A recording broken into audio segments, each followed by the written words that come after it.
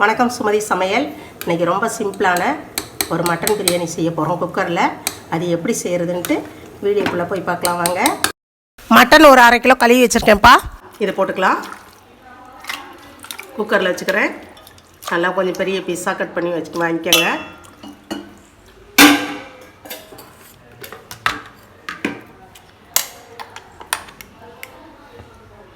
இஞ்சி பூண்டு ஒரு 2 ஸ்பூன் போட்டுக்கோங்க. 1/2 ஸ்பூன் மஞ்சள்தூள் போட்டுக்கோங்க. ஒரு 1/4 ஸ்பூன் போட்டுக்கோங்க. மிளகாத்தூள் ஒரு 1/2 ஸ்பூன் போட்டுக்கோங்க. கரம் மசாலா ஒரு 1/2 ஸ்பூன் போட்டுக்கோங்க. மல்லித்தூள் ஒரு 1/2 ஸ்பூன் போட்டுக்கோங்க. ஒரு 2 டம்ளர் தண்ணி ஊற்றிக்கலாம்.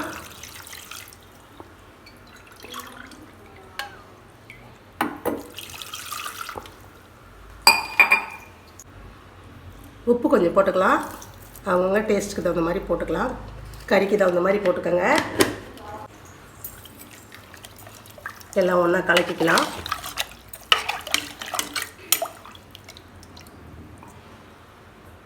குக்கர் மூடி வச்சுக்கலாம். ஒரு 3 விசில் விட்டு ஆஃப் பண்ணிக்கோங்க.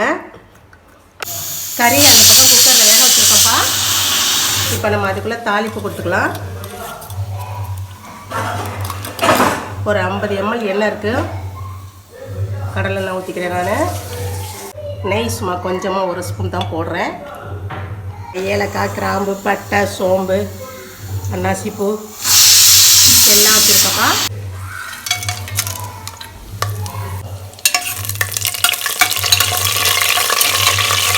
பெரிய வெங்காயம் ஒரு 4 வெங்காயம் கட் பண்ணி வச்சுருக்கப்பா. அதையும் போட்டுக்கலாம்.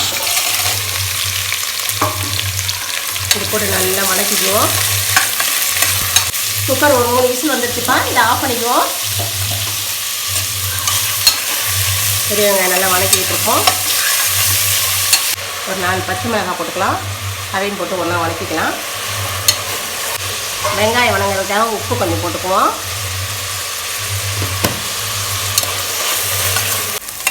வெங்காயத்தை அப்படி நல்லா வதக்கிக்கங்கப்பா. ஒரு 3 தக்காளி கட் பண்ணி வச்சுருக்கேன். அதையும் போட்டுக்கலாம். இதையும் போட்டு நல்லா வதக்கிக்கலாம்.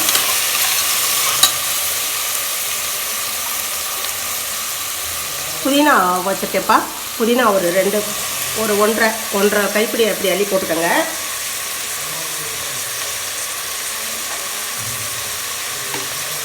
மல்லித்தலை ஒரு கைப்பிடி போட்டுக்கோங்க.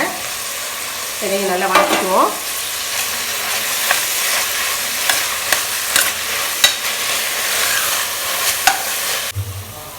கரம் மசாலா கறியிலே ஒரு 1/2 ஸ்பூன் போட்டிருக்கேன்ப்பா. இப்போ ஒரு 1.5 ஸ்பூன் போட்டுக்கோங்க.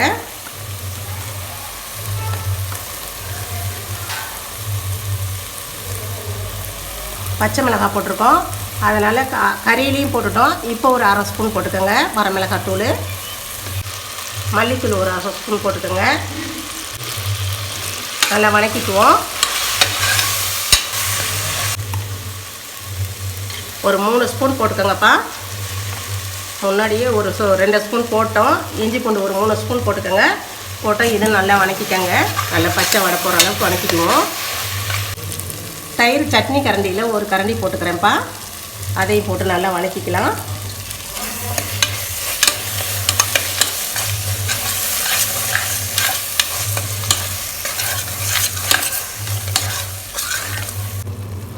எண்ணெய் நல்லா பிரிஞ்சு வந்துருச்சு பாருங்கள். மசாலா பச்சை வடையெல்லாம் போயிருக்கும். இப்போ கறியை எடுத்து போட்டுக்கலாம்.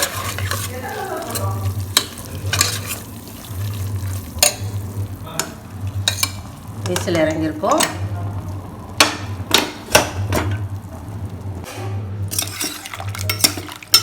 கறி நல்லா வெந்துருச்சு. சூப்பராக வெந்துருச்சு. 3 விசில் தான். தண்ணியில் முதல்ல எடுத்து வச்சுக்குவோம்.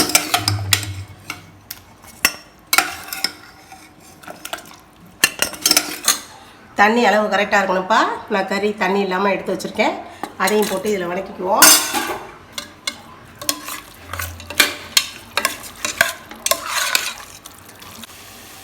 அரிசி இதில் 3 டம்ளர் எடுத்திருக்கேன்ப்பா. அதிலே தண்ணி அளவு கறி வேக வச்சோம்ல அந்த தண்ணி இது 1 டம்ளரு. 2 டம்ளரு. 3 4 இப்போ ஒரு அரை டம்ளர் ஊற்றுறேன்ப்பா. 1 டம்ளர் அரிசிக்கு 1.5 டம்ளர் தண்ணி ஊற்றுங்க. கரெக்டாக இருக்கும் அளவு. ஒரு 20 நிமிஷம் ஊற வச்சுக்கோங்க. ஊற வச்சு போட்டிங்கன்னா நல்லாயிருக்கும். அரிசி நல்லா சாஃப்டாக இருக்கும் சாப்பாடு. அது மாதிரி பண்ணி பார்த்துக்கோங்க. இப்போ வீட்டு அரிசினா நீங்கள் 2 டம்ளர் வச்சுக்கணும்ப்பா. 2 டம்ளர் நம்ம வயல் அரிசியெல்லாம் வச்சோன்னு வச்சுக்கோங்களேன், 2 டம்ளர் வச்சா தான் சரியாக இருக்கும். இது நான் சீரக சம்பா வச்சுருக்கேன், அதனால் எனக்கு 1.5 டம்ளர் அரிசி போட்டு 1 டம்ளர் அரிசிக்கு 1.5 டம்ளர் தண்ணி ஊற்றினோம்னா கரெக்டாக இருக்கும். அது மாதிரி ஊற்றி வச்சுருக்கேன். இந்த உப்பு கொஞ்சம் போட்டுப்போம். உப்பு கொஞ்சம் போட்டுக்கலாம். இது கொஞ்சம் நேரம் மூடி வச்சுருப்போம்ப்பா. ஒரு கொதிக்கிட்டோம்.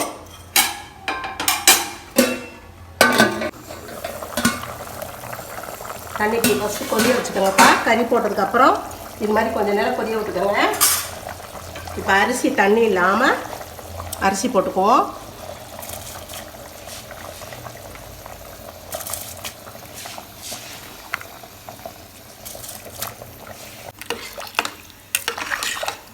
இதுவுமே நல்ல ஒரு கொதி வரணும்ப்பா. உப்பு பார்த்துக்கோங்க இந்த டைமில்.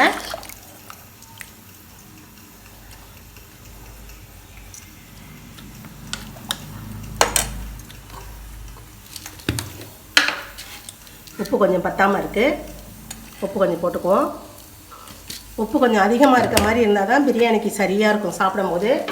உப்பு கம்மியாக போட்டுறாதீங்க. உப்பு கொஞ்சம் இப்போ இந்த டைமில் டேஸ்ட் பார்க்கும்போது உப்பு கொஞ்சம் அதிகமாக இருக்கணும்ப்பா. இப்போ லெமன் கொஞ்சம் புழிஞ்சு விட்டுக்குவோம்.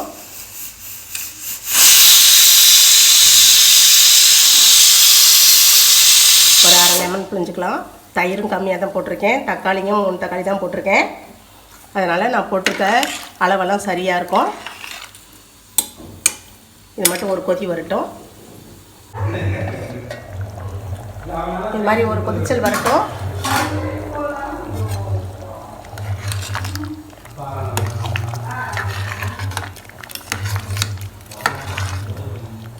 இது மாதிரி ஒரு கிண்டி விட்டு கொஞ்சோண்டு கொத்தமல்லி புதினா போட்டுக்கலாம்.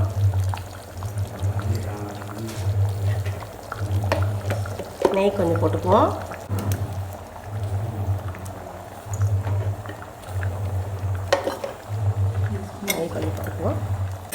நெய் ஒரு 2 ஸ்பூன் போட்டுக்கலாம். போட்டு அவ்வளோதான். இது மாதிரி ஒரு கலக்கி வச்சுருங்கப்பா. ஒரு கிண்டிட்டிங்கன்னா தண்ணியெல்லாம் சமமாகிடும். இப்போ குக்கர் மூடி போட்டுக்குவோம்.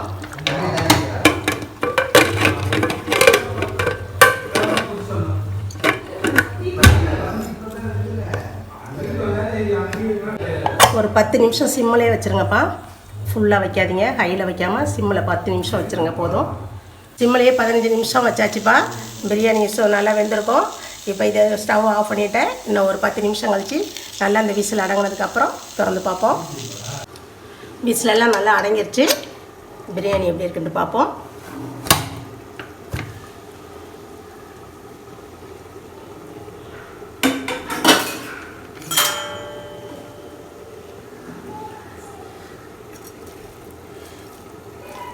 நல்லா பிரியாணி உதிரியாக வந்திருக்கு பாருங்கள். இதே மாதிரி இதே அளவோடு நீங்களும் செஞ்சு சாப்பிட்டு பாருங்கள். சாப்பிட்டு பார்த்துட்டு லைக் பண்ணுங்கள், ஷேர் பண்ணுங்கள். சுமதி சமையலை சப்ஸ்கிரைப் பண்ணுங்கள். தேங்க்யூ.